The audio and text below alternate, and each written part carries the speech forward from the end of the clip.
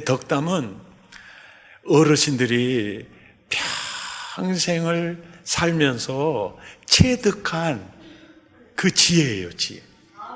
그 지혜.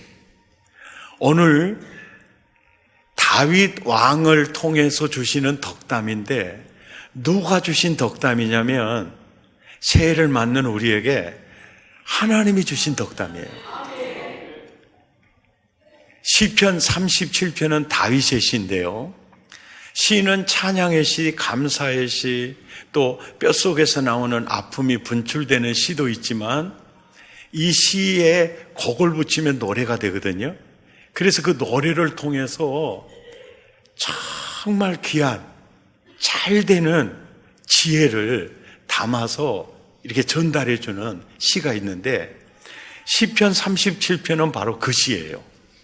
이 시인데 다윗이 평생 체험하면서 깨달은 이 덕담이에요. 이렇게 살면 잘 사는구나. 이렇게 살면 잘 되는구나. 이 깨닫고 그 후손들에게 이 시를 통해서 이 전파하는 내용이 이 시편 37편인데요. 첫째 덕담이 1절입니다. 1절에 악을 행하는 자들 때문에 불평하지 말며, 이 말은 아니 악을 행하는데 내가 불평할 이유가 뭐가 있느냐 이렇게 들 텐데 이 얘기는 이런 얘기입니다. 악을 행하는 자인데 너무 잘 사는 거예요. 근데 나는 하나님의 십계명을 지키면서 믿음으로 사는데 나는 힘든 거예요. 이럴 때 세상을 살면서 악인들의 형통을 보고 나는 왜 이래 하면서 원망이 나오고 불평이 나오겠죠. 그거 하지 마라. 그리고 불의를 행하는 자가 다리가 부러져야 되는데 너무 건강하게 잘 사는 거예요. 그리고 너무 잘 돼. 이러니까 시기가 마음속에 나오는 이게 사람이거든요. 그러니까 불의를 행하는 자가 잘 되는 걸 보고 어떤 시샘도 부리지 말고 악인이 형통하고 잘 되는 걸 보면서 비교하면서 또 원망하거나 불평하지도 마라. 왜 그러냐면 2절에 그들은 풀처럼 싱싱할 때가 있는데 금방 배임을 당하더라.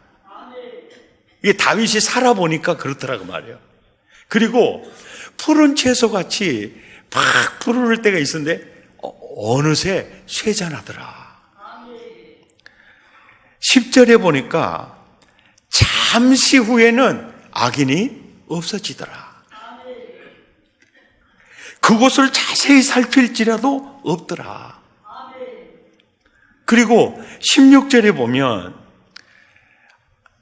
악인의 풍부보다 의인의 적은 소득이 더 낫더라. 아주 깊은 얘기예요. 악인의 풍부는요 더 교만해지고 더 악으로 치닫게 돼요. 근데 의인의 적은 소득은 주님 의지하지 않으면, 주님 바라보지 않으면, 그래서 그분을 잃지 않게 만들어줘요. 너무 부요하여 교만해서 하나님을 모른다 하지 않게 하시고, 너무 또 가난해서 범죄하지 않게 하시고, 이게 아주 중요한 원리거든요. 이래 보니까 악인의 풍부는 결론적으로 그래요. 그건 복이 아니더라. 의인의 적은 소득은 저주가 아니고 그게 살아보니까 복이더라. 그러니까 악인의 형통 또 불의한 자가 잘 되는 걸 보고 불평하거나 시기하지 말아라. 아멘. 17절에 보면 악인의 팔은 부러지나니 의인은 하나님이 붙드시더라. 붙드시더라. 이런 얘기를 이제 다윗이 하는데 그 이유가 있어요. 사울 왕이 다윗 왕을 얼마나 힘들게 하고 괴롭혔습니까? 그리고 정말 자기 아들들 가운데 잘나고 건강한 아들이 압살롬이거든요. 그런데 불의의 길을 가고 악인의 길을 갔어요. 사울도 그렇고 압살롬도 그래요. 그런데 지나놓고 보니까 풀처럼 쇠잔해 가더라. 그리고 마치 나는 죽을 줄 알았는데 하나님이 붙들어 주시더라. 이게 있더라.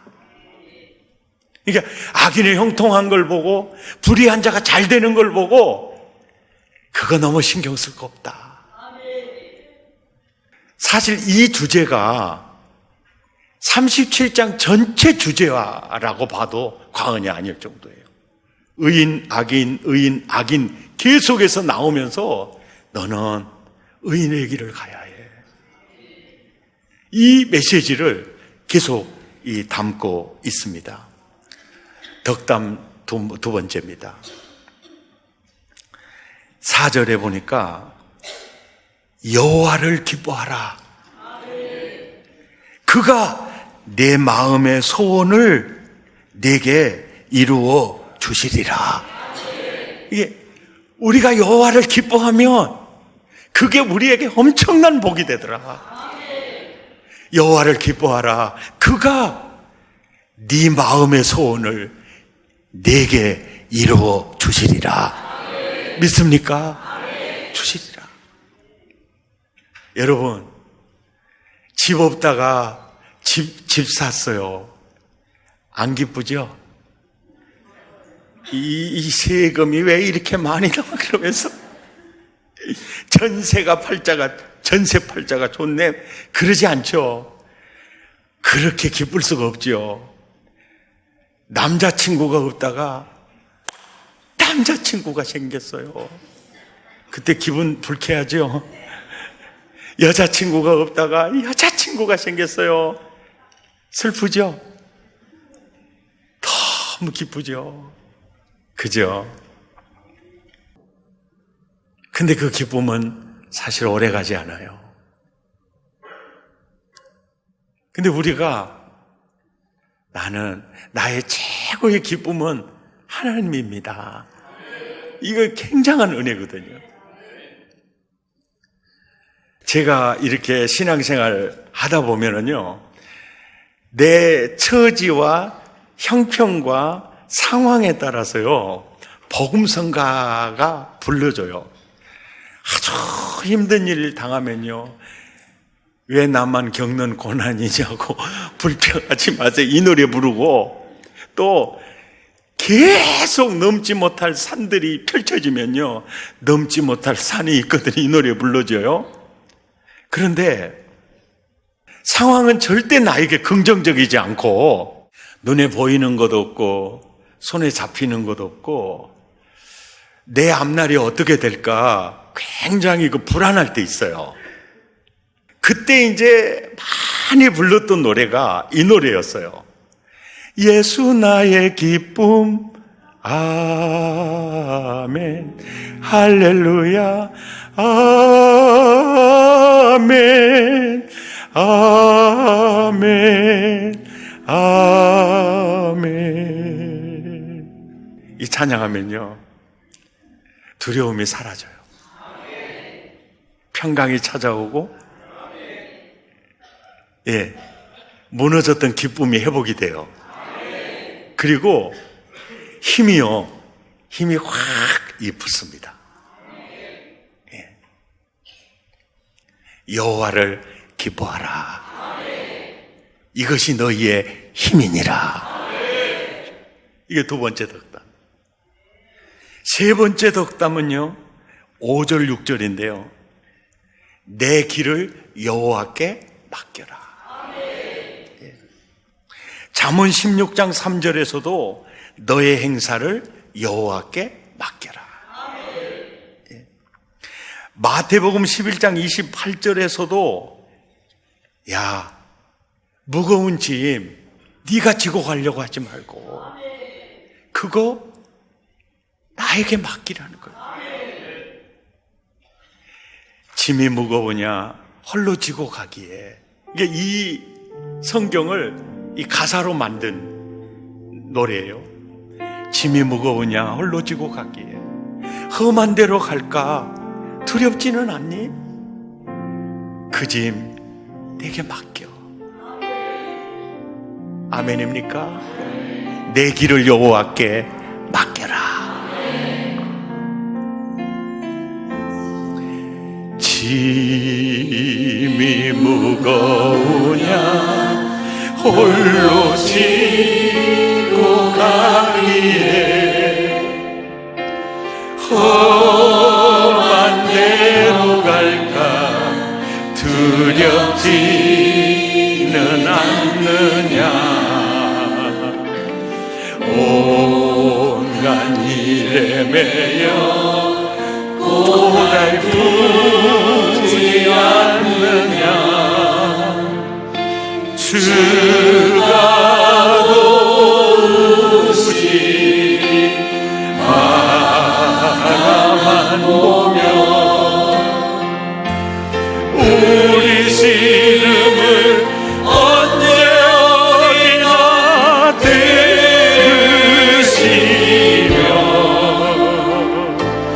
큰 사랑으로 감싸주시고 동행하리. 내가 실망할 때 기억해야 할 것을 예수께 가면 주에게 오리라. 내 길을 여호와께 맡기라. 그럼 우리는 이런 생각이 들어요. 어떻게 맡기지? 어떻게 하면 내 무거운 짐을 하나님께 맡길 수 있지? 방법이 뭐지? 빌립보서 4장 6절과 7절에 보면 맡기는 아주 구체적인 방법이에요. 무거운 짐, 다른 표현으로 염려거리잖아요. 그 염려거리, 감사함으로 하나님께 아뢰면 그 염려거리가 이제 하나님께로 가버리는 거예요.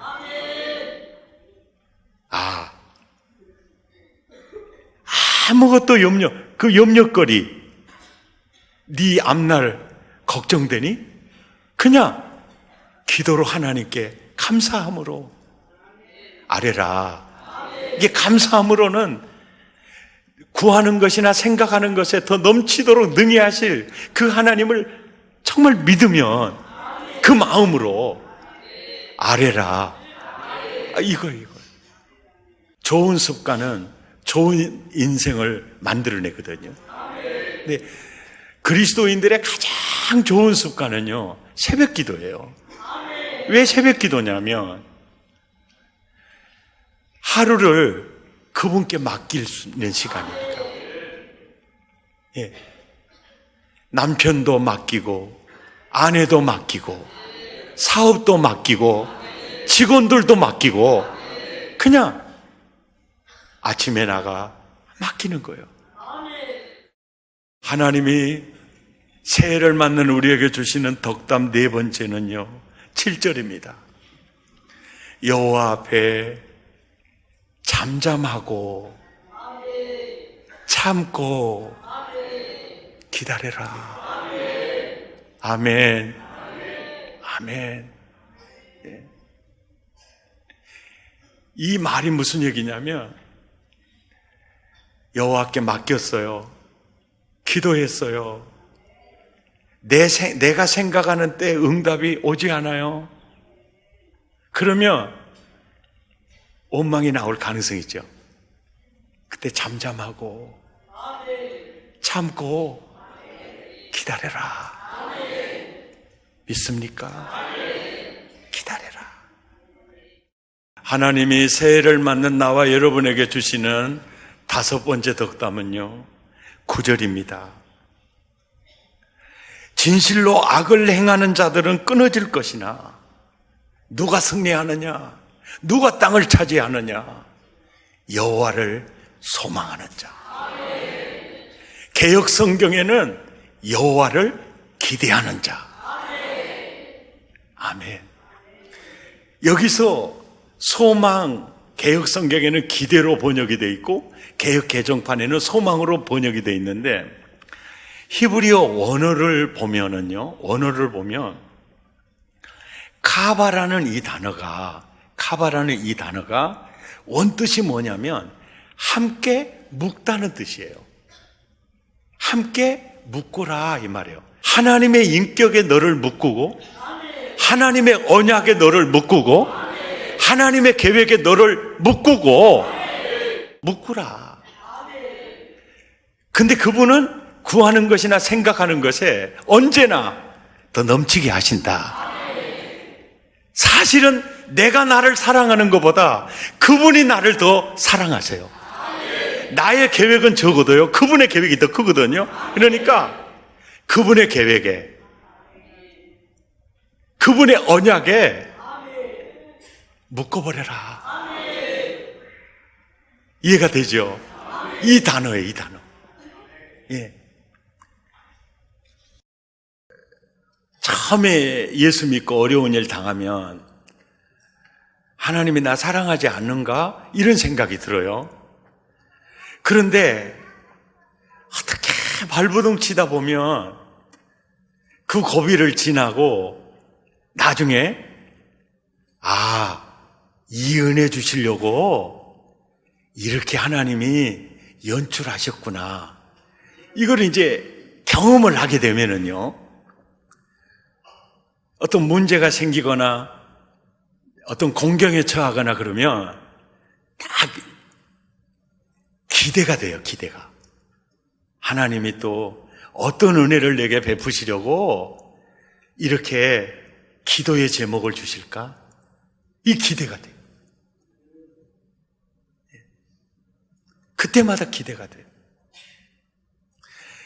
예를 들어서 모세를 여개벳이 강에 버렸을 때, 그때가 바로 하나님이 공주의 손을 통해서 모세를 건질 때가 되거든요. 출애굽할 때 앞에 홍해가 가로막히고 뒤에서 애굽 군대가 추격해 올 그때가 바로 홍해가 열릴 때거든요. 열릴 때 요셉이 보디발의 아내 그 덤터기 뒤집어 씌우는 것 때문에 그냥 교도소 감옥에 갔잖아요. 그때가 바로 총리로 가는 길목이었어요. 아멘. 그 길목이었어요.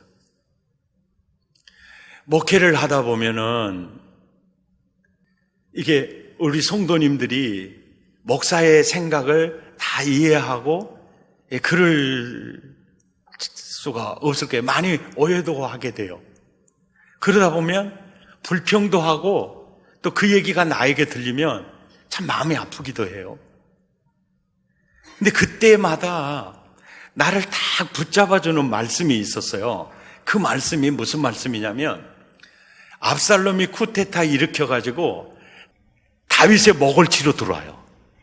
그래서 왕궁을 버리고 피난길을 떠나는데, 시므이라는 사울의 왕가의 그 후손 중에 하나가 계속 퍼붓는 거예요. 저주를 막 퍼붓는 거예요. 너 그럴 줄 알았다.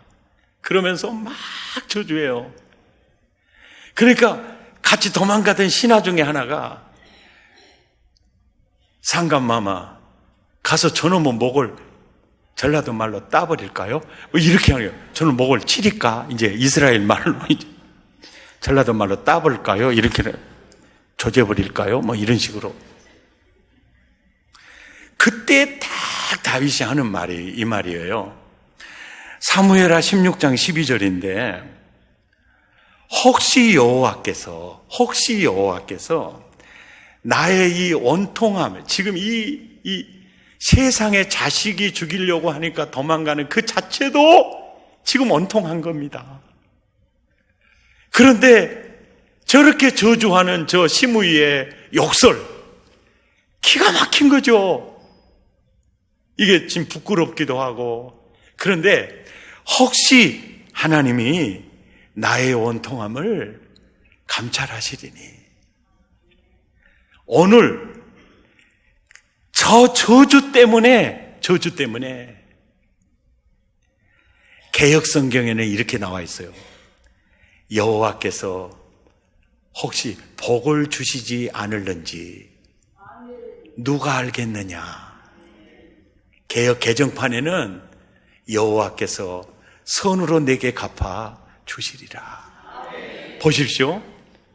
그 피라길 욕먹는 그 자리에서도 다윗은 누구를 기대하고 있습니까? 하나님을 기대하고 있어요. 아멘. 어떤 순간에도. 근데 저는 이 말씀이 목회하면서 정말로 버팀목이 되었어요. 당장이라도 전화해서 막 따지고 싶을 때도 있거든요. 그리고 막 대면해가지고 할 때도 있어요. 근데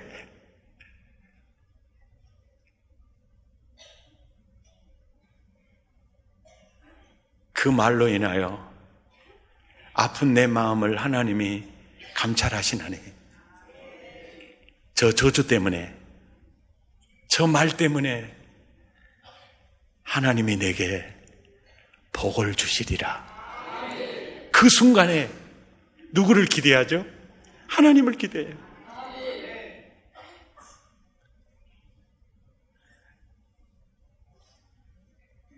교회가 아주 힘들 때 강도사 때 들어가서 교회를 평안하게 해줬어요. 그리고 이제 서울에서 훌륭한 목사님을 담임 목사로 청빙한 것은 너 이제 이 교회에서 필요하지 않아, 그 뜻이에요. 그 처자식 1톤 봉고에다가 이삿짐 싣고 나오는 그 순간에 이 원통함을 하나님이 감찰하시리니 이렇게 냉혹하게 하는 것 때문에 하나님이 내게 복을 주실지 누가 아느냐. 언제나 그분을 기대하는 거예요. 사회생활하면서 누군가가 나를 속일 때도 있어요. 나를 굉장히 힘들게 할 때도 있습니다. 그때마다 이것을 감찰하신 주님이 내게 선으로 갚아 주시리라. 기대하라. 할렐루야. 새해를 맞는 여러분에게 주시는, 여러분 행복하기 원하고 여러분 잘되기 원하는 하나님이 주신 덕담 몇 가지? 5가지. 시작. 악을 행하는 자들 때문에 불평하지 말며 불의를 행하는 자들을 시기하지 말라. 여호와를 기도하라. 내 길을 여호와께 맡기라. 여호와 앞에 잠잠하고 참고 기다리라. 여호와를 기대하라. 설교 끝. 승리하시기를 축복합니다.